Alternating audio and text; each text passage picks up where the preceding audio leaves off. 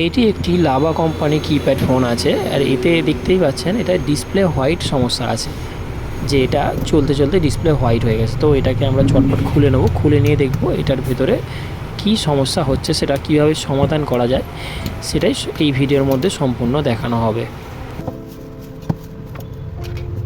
তো চটপট এখন ফোনের স্ক্রুগুলোকে প্রথমে খুলে নিই।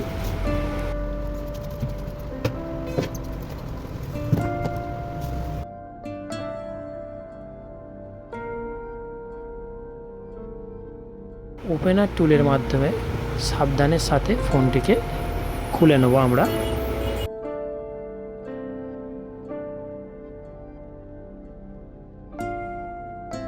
ফোনটিকে পুরোপুরি খুলে নিলাম। ফোনটা খোলার পরে দেখতে পাচ্ছি যে এই ফোনটায় আগে কাজ করা হয়েছে, কারণ ডিসপ্লের সাইডে টেপ লাগানো ছিল। তো টেপগুলোকে আমি খুলে আলাদা করে দিচ্ছি।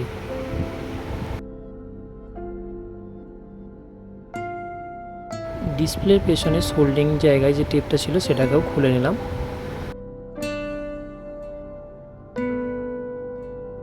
তারপর ফোনটিতে খেয়াল করলাম ডিসপ্লেতে ইউভি গ্লু মার্কসিং করা আছে, মানে ডিসপ্লেটা কোনো কারণে ফ্লেক্স ছিঁড়ে গেছিলো, তারপরে ইউভি মার্কসিং করা ছিল, কিন্তু সেটা দ্বিতীয়বার আবার ছেঁড়ার কারণে সেটাকে আর রিপেয়ার করা সম্ভব হবে না।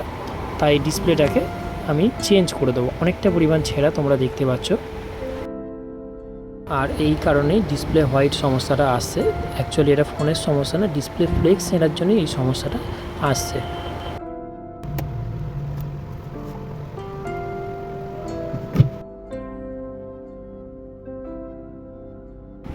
তো আমরা এবার সামান্য পরিমাণ পেস্ট বার করে নেব। পেস্ট বার করে ডিসপ্লে সোল্ডিং জয়েন্টটায় লাগিয়ে দেবো।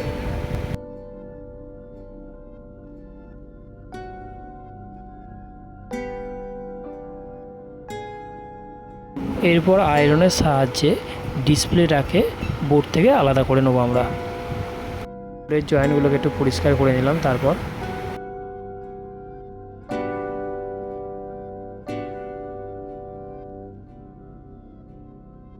এরপর মার্কেট থেকে আমি নতুন ডিসপ্লে কিনে নিয়ে আসলাম, এবং সঙ্গে এসে আগে ডিসপ্লেটা আমি লাগিয়েছি, সেটা ভিডিওতে দেখানো হয়নি।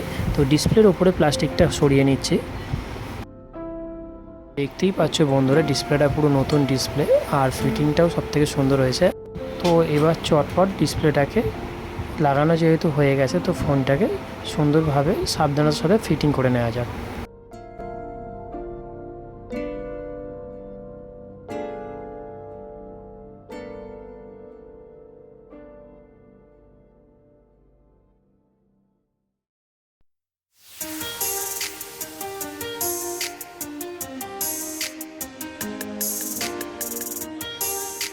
ফোনটাকে এবার আমি চালু করছি, আর দেখতেই পাচ্ছ বন্ধুরা যে ফোনটার ডিসপ্লেতে পুরোপুরি লাইট চলে এসছে। এটা কীভাবে ডিসপ্লের সমস্যাটা সমাধান করলো, তো তোমরা সম্পূর্ণ ভিডিও দেখেছো আর বুঝতেও পেরেছি। আশা করি ভবিষ্যতে তোমাদের কোনো সমস্যা হবে না। ভিডিওটা দেখার জন্য ধন্যবাদ।